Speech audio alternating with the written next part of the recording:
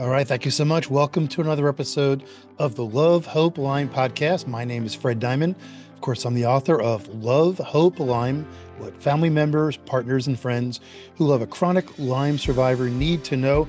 And Phyllis Bedford, the book is available on Amazon, but as you know, the PDF has always been free for chronic Lyme survivors. So if you like your PDF copy of Love, Hope, Lyme, reach out to me on almost any social media. I do want to make a quick comment. Although we're talking about Lyme disease, this show does not replace proper medical care. So if you're struggling with Lyme disease and tick-borne co-infections, please seek proper medical care. If you're watching this on YouTube, give us a thumbs up, leave a comment. Sometimes Phyllis Bedford, we get as many as 20 comments, and we love to interact. So hopefully we'll get a bunch here. If you're listening on Apple Podcasts, give us a 5-star review. And if you're becoming aware of this anywhere on Facebook, on any of the places where my show gets picked up on Facebook or Instagram for that matter, or LinkedIn for that matter, please comment, share, and help us get the word out. So I'm very excited today. Phyllis Bedford. So many people know I don't have Lyme disease, but when I wanted to decide, and when I decided to learn more about someone once in my life, someone who's once in my life was going through, I just started doing research on Lyme advocacy organizations, charitable organizations, 501c3s, etc. And I did my first Facebook fundraiser for LymeLight, and I was thrilled. I didn't know much about what you did. Raised, I don't know, about $1,000 or something back in 2021. And I got to know you, got to know Scott, got to know Amanda on your team as well. So Phyllis Bedford, LymeLight, and one of the reasons why I'm interviewing Phyllis today, although I've tried to have her on the show for the last 3 years, she and her husband, Scott Bedford, will be honored by Project Lyme on September 14th in New York City with a very special, their annual gala. It's great to see that you and Scott are going to get recognized. You both have done so much. I've been to your Dart for Art event. I recommend everybody listening. Usually happens, I guess, in the early spring in Right. Silicon Valley. It's a fun, fantastic event that raises a lot of money to help families and support them. So, Phyllis, I'm really thrilled to be talking to you. I asked you to come onto the show and give us your 5 bits of advice for parents with children with Lyme.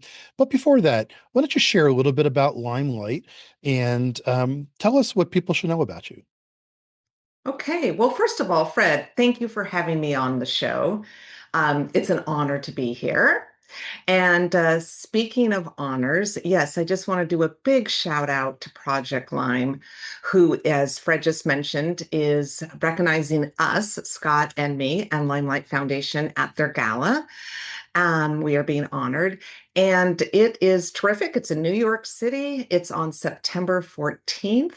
It would be terrific for anyone listening to come join us. It's going to be a great event. And Fred and you and I were chatting about how particularly honored Scott and I are that one organization is honoring another Lyme organization. So that's just in the spirit of collaboration, which I think is so important in the Lyme space, that we all support each other's missions and efforts. So we're honored for that as well. You would like to know a little bit about LymeLight Yep. Foundation. Started, well, gosh, 15 years ago, really 16 years ago.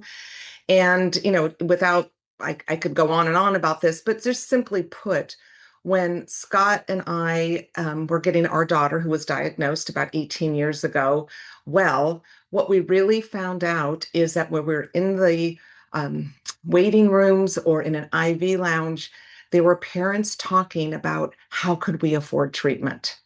And it's a shame that Lyme is not covered by most Lyme treatments are not covered by the average insurance. So parents, as you know, parents will do anything to get their children better. And it was everything from we'll sell the house, we'll max out that third credit card, we'll move in with your mother, we're going to share all of, sell all of your jewelry. And as someone who was fortunate enough to be able to afford treatment, I just thought something had to be done. And actually, another family felt the same way, and we collaborated and we started LymeLight Foundation. And that's a quick answer. And we started it, as I said, 15 years ago. And we started the first year, we gave out 4 grants, and we decided, okay, 4 grants. We had raised $40,000 with our first fundraiser, which was a theater event. Mm. And we figured, okay, we'll make them 4 treatment grants. So that's actually how our grants became $10,000. And that seems like a really nice amount to get a family or a child started. We realized depending on years of treatment, it could take a lot more money than that to get someone well. But this is just a hand up. This is like, hey, we believe in you. We know your struggle is real, and we want to help you start on the road to treatment, because many families just simply cannot afford it. I mean, really just can't afford it. And so anyway, fast forward 15 years, we're now to 1,700 grant recipients that we have helped across 50 nations. So we have grant recipients in all 50 nations, 50 states. Wow. That'd be great if it was 50 nations. Yeah. No, we're US based. So 50 states, and it's $12 million that has been given away. So we are grateful to all of our wonderful donors and all the people that believe in our mission. Yeah, that's actually remarkable. I speak to, and I've spoken to thousands of people by this point. And again, we're doing today's interview in August of 2026 as we lead up to the Project Lyme Gala, talking to Phyllis Bedford here. And I've spoken to thousands of people by this point, and I've asked people to, share whatever they want to share about their journey. And numerous people have said, and then we got a grant from LymeLight, Mm. and that allowed us to, whatever it is that they needed to do to get started. And I must have heard that at least a half a dozen times from, and this wasn't at your gala. Obviously, people at your gala were closer to this, but random Yeah, people in the Lyme world and in Texas and Wisconsin, yeah. in up in what's it called, New England area. So the organization has done tremendous work. I also noticed recently that Bella Hadid's Bella Alchemy Foundation has chosen Limelight as one of the nonprofits that they are donating to as well. For people who don't know, this is the supermodel Bella Hadid, who has been very vocal about her battles with Lyme disease. Her mother, Yolanda Hadid, wrote a book discussing her trials and tribulations. But congratulations on that recognition and being the beneficiary of that. Yeah, it was terrific, and they have been fabulous to work with. And we just started. As a matter of fact, we announced the partnership. You mentioned our Dart for Art event. That's where we actually very first announced it, and then the two organizations, announced it on social media and so forth. But yeah, they actually even did a scarf, a darting item. And it's too much to go into what the event is about, but people literally run for art, and there's a whole rhythm behind that. But they actually gave a darting item of a specially designed scarf, and they have just been fantastic. And we are one of 3 organizations that is going to split 1% of net domestic sales. So yeah, again, what's wonderful, which going back to Project Lyme, it's just so wonderful to be recognized, um, just for helping people. I mean, it's just wonderful. And as you said, Bella has a huge heart for helping others that are suffering with Lyme. Absolutely. And, recognition, to be frank, for the work that you and your husband Scott have done. Oh, We have you today on the show, and you were one of the first couples that I learned about. I didn't know anything 5 years ago. And when I just dove in to understand what this world was all about, I saw your name all over the place and the work that you've done. And like I mentioned, I went to Dart for the Art 2 years ago. I'm going to go again. It's a fabulous event. And again, this is a community in search of peace, and this is a community in search of support for a disease that does not discriminate. Uh, all you need to do is walk on the beach in Southern California, or take a kayak in the Ozarks, or walk in Central Park, New York during lunch, and there's a chance that you will get bitten by a tick and unfortunately suffer what might come through with it. All right. Again, I told people that I was going to ask you for just 5 things that you want to share. You've dealt with so many families over the years, parents yourself, and so many other parents. Let's get started here. So, what's your number one bit of advice? Okay. When you and I, Fred, talked about what these would be, I actually thought of what would I, in hindsight, 18 years ago, Mm. wish I had known. So that's what I'm sort of basing this on. And my number one point is I call it keep pressing on. If you suspect something is wrong with your child and a parent knows, keep pressing on, leave no stone unturned, and do not be deterred.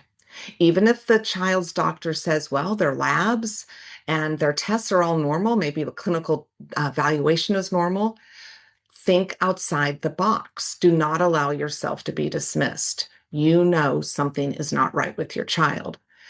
Often we hear at LymeLight that parents end up in a psychiatrist's office, a child psychiatrist's office, because, you know, this child must be making it up or there must be something going on because everything comes as normal. If you find yourself in that position, and there may be a reason to go on psych meds, do not, you feel so, I remember this, you feel so desperate at that time, well, maybe this helps.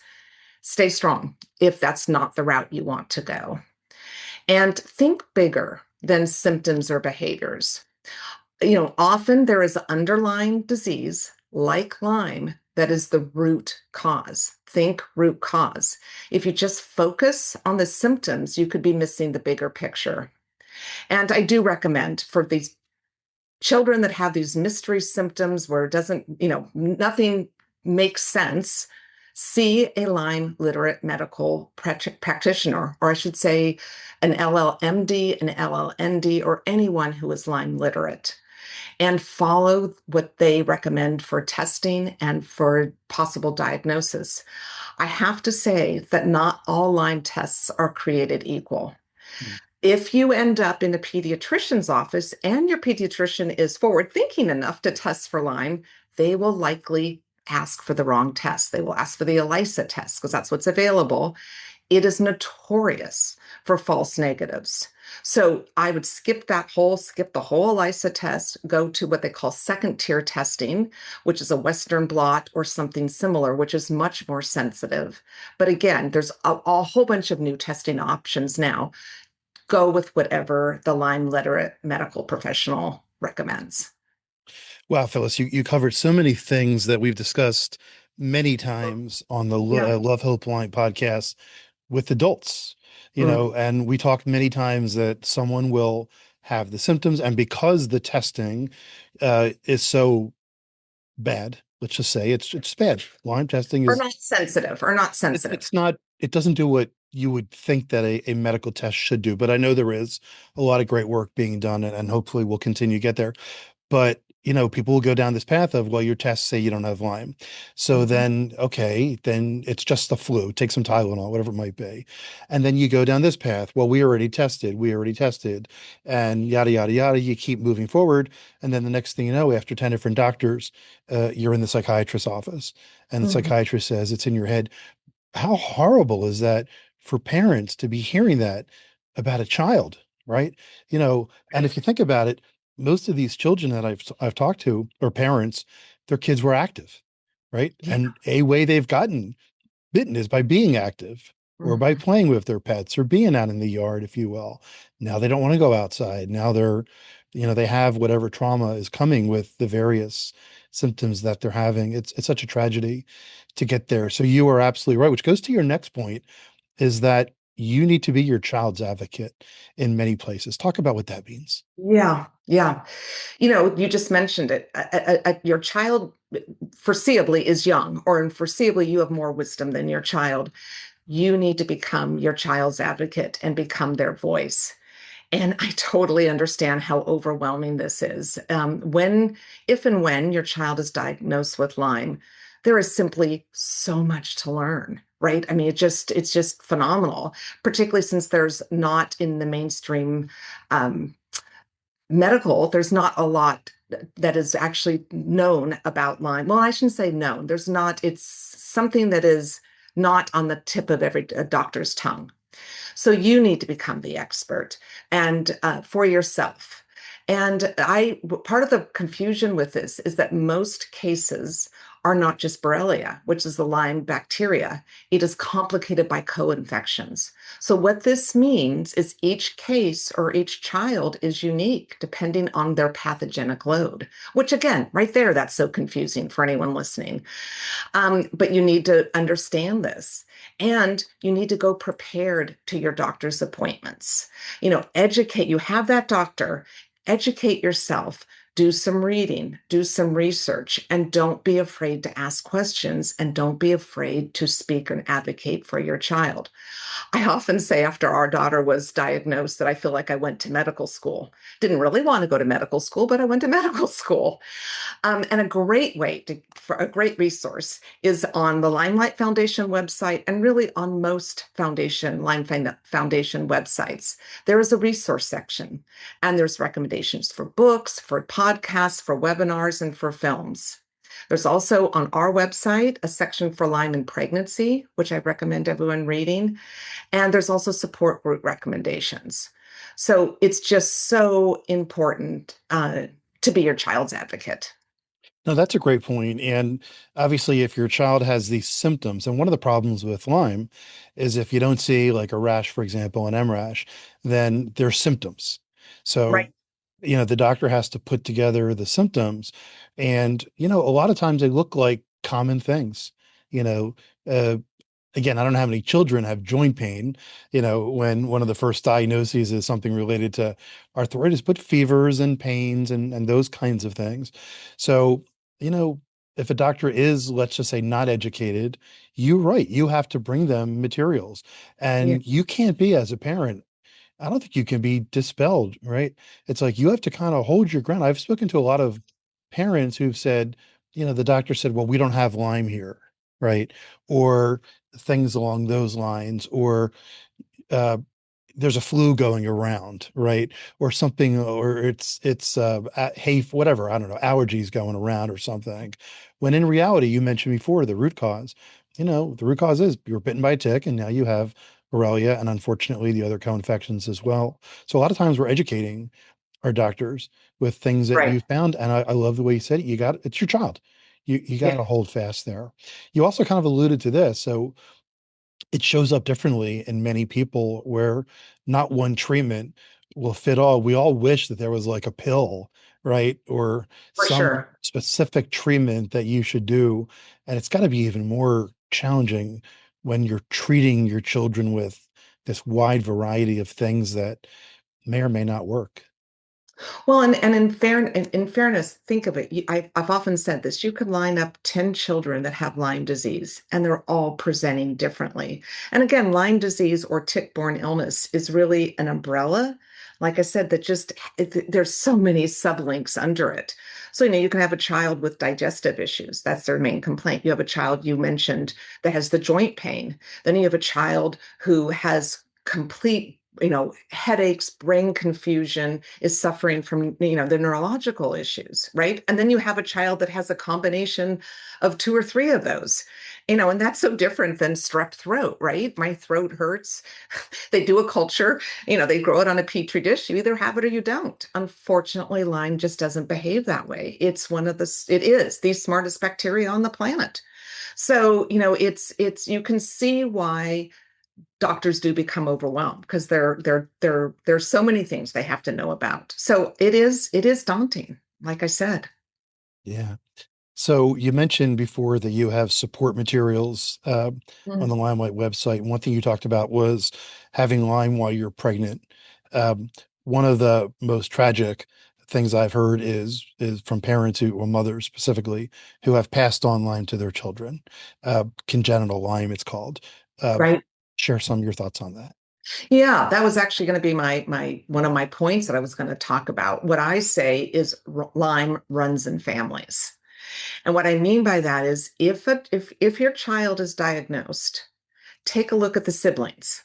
And again, as I just mentioned, could be totally different levels of severity and actually totally different symptoms. But if there's often the sickest, right, child, and then there might be one who's less sick but happens to miss school. They can both have Lyme disease. So once one family member is diagnosed, just heads up and think of the others. We find this with our grant families at LymeLight.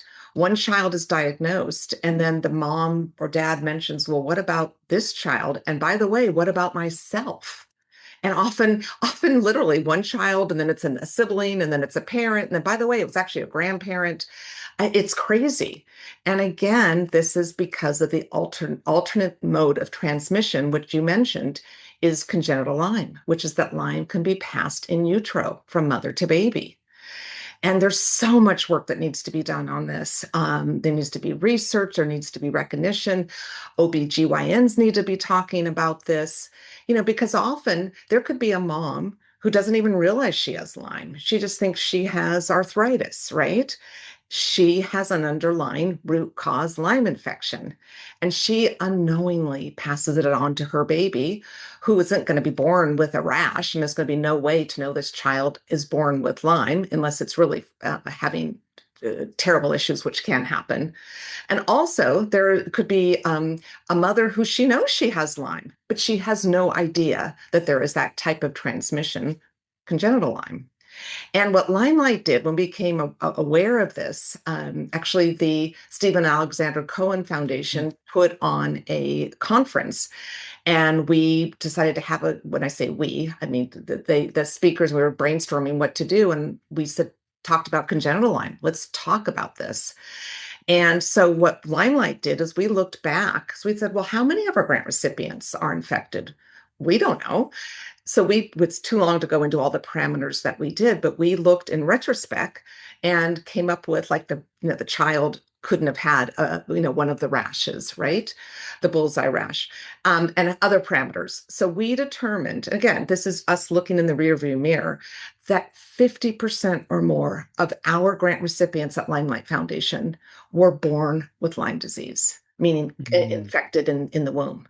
I mean, wow. I mean, that blew us away, to be honest. And at I can't remember maybe it was 2018, at that year, they kind of put us in a smaller room, wasn't sure, how many would come. It was one of the most well-attended sessions of the whole day because people were like, yeah, what is this? And is this for real? So yeah, congenital Lyme is real, and anyone with Lyme needs to realize it's real and understand what your plan is going to be if you decide to get pregnant.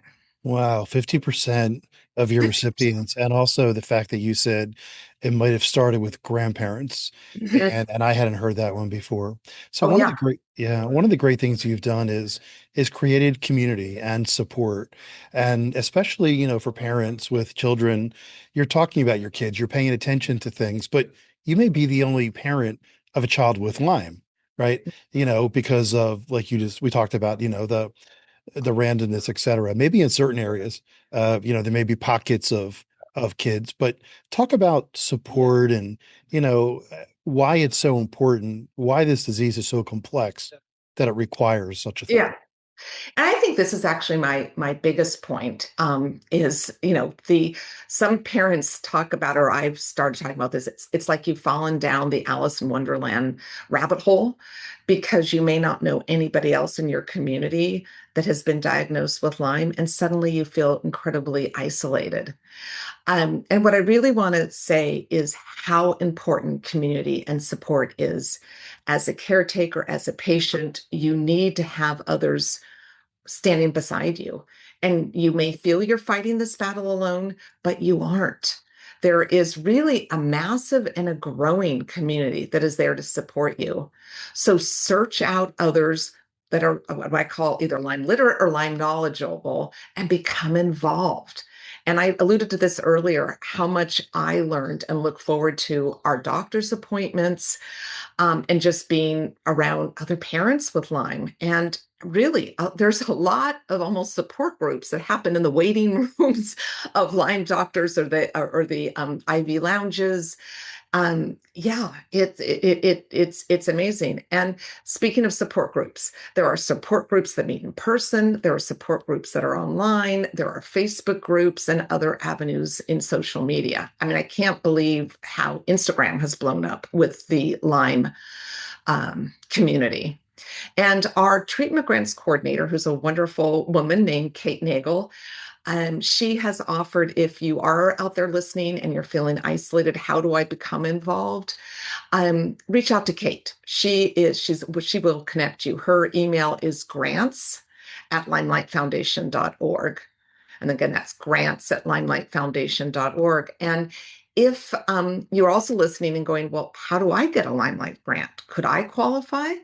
Again, you can reach out to Kate and or go to our website because we have a whole list what the qualifications are and so forth.